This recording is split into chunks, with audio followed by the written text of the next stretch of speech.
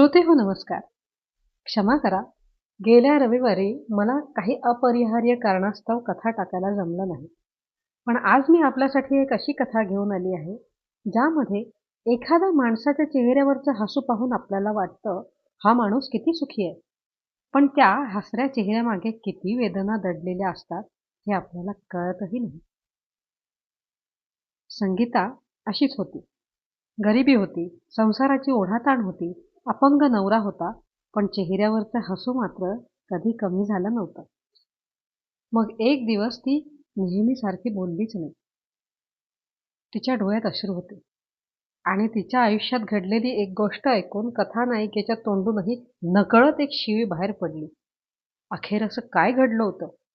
ऐका, मिलिंद अष्टपुत्रे लिखित ही हृदयाला भिडणारी कथा. शीर्षक आहे हलकट.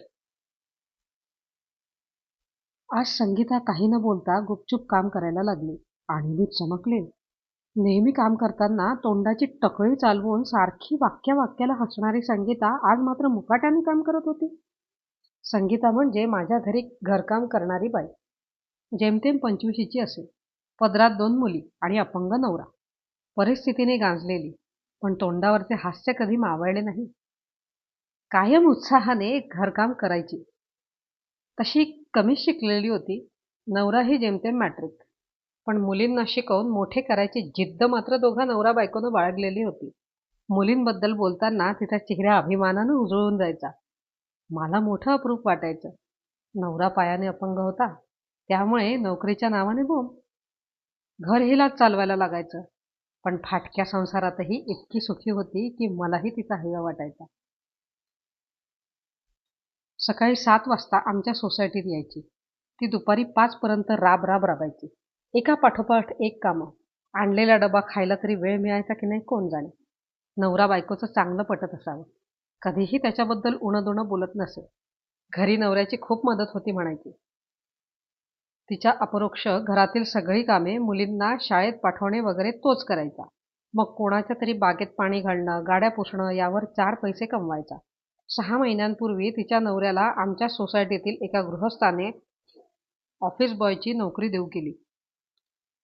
संगीता खूप खुश होती. त्या कुटुंबामध्ये घरकामही तीच करत असे. आता बऱ्यापैकी पैसे मिळणार होते. हे कुटुंब सुखवस्तू होते. त्यांच्या राहणीमानावरून उच्च मध्यमवर्गीयात मोडत असावे.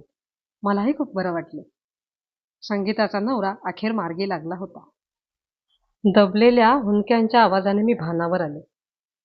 संगीता हुंदके देत होती. काय झालं ग संगीता? घरी काही प्रॉब्लेम आहे का? मुलींना बरं आहे ना? मी काळजीने विचारलेल्या प्रश्नांना तिने काहीच उत्तर दिले नाही. अगं सांग ना, सांगितल्याशिवाय कसं कळणार?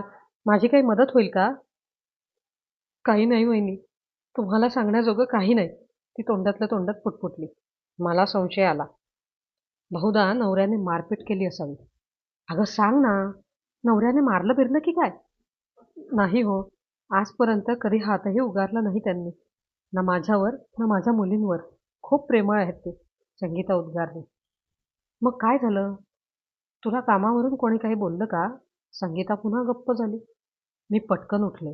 गॅसवर चहाचं आधण ठेवलं आणि तिला खुर्चीवर बळबळ बसवलं.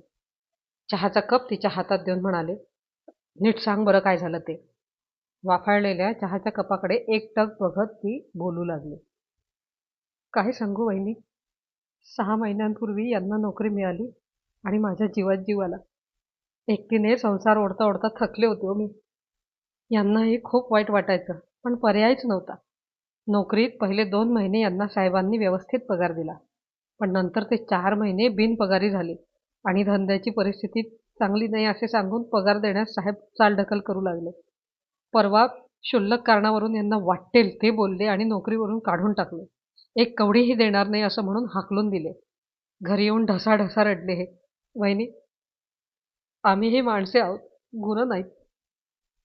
आश्चर्याने दिगमूढ होऊन मी ऐकत होते. कसं शक्य होतं? त्या गृहस्थाचा व्यवसाय तर चांगला चालला होता. परवाच रस्त्यात गाठ पडली होती, त्यावेळी राजेशला एका नवीन व्हेंचरबद्दल सांगत होते. भरपूर मोठी इन्व्हेस्टमेंट करणार होते म्हणे. हिच्या नवऱ्याचा पगार असा किती असणार आहे? विचार करता करता क्षणार्धात उलगडा झाला. प्रॉब्लेम वृत्तीचा होता. पैसे न देण्याची वृत्ती. गरीब आणि असहाय्य लोकांची पिळवणूक करून त्यांना फुकट राबवून घेण्याची वृत्ती. माझ्या डोक्यातून संतापाची सणक निघाली. लोक इतके निर्दयी असतात. एकीकडे सज्जनपणाचा आव आणून मोठमोठ्या बाता मारायच्या आणि दुसरीकडे गरिबांना नाडायचं. नालायकपणाचा कळस आहे हा. मी ताडकन उठून म्हणाले, चल त्यांच्या बायकोला भेटू. मी ओळखते तिला. ती नक्कीच काहीतरी करेल. अहो वहिनी, त्या ताईंना सगळं माहिती आहे. त्याही मला यावरून नाही नाही ते बोलल्या. संगीता म्हणाली आणि माझ्या पायातलं त्राणच गेलं. एक स्त्री दुसऱ्या स्त्रीचं दुःख खूप चांगलं समजू शकते असं मी इतके दिवस समजत होते. आज माझ्या या समजुतीला तडा गेला होता. गेल्या जन्मीचं त्यांचं देणं होतं असं समजायचं आणि 4 महिन्यांच्या पगारावर पाणी सोडायचं. बोलता बोलता संगीताच्या डोळ्यातून अश्रू वाहत होते. वहिनी, तुमच्या ओळखीत आणखी आणखी कोणाचं घरकाम करायचं असेल तर सांगा मला. पदर खोचून उठत ती म्हणाली. सुन्न मनाने मी तशीच बसून राहिले. खरं तर कधीही शिव्या न देणारे मी पण पटकन तोंडातून शब्द निघाले. हलकट साला. श्रोते हो, ही कथा आवडली असल्यास लाईक, कमेंट आणि शेअर, सबस्क्राईब करायला विसरू नका. धन्यवाद.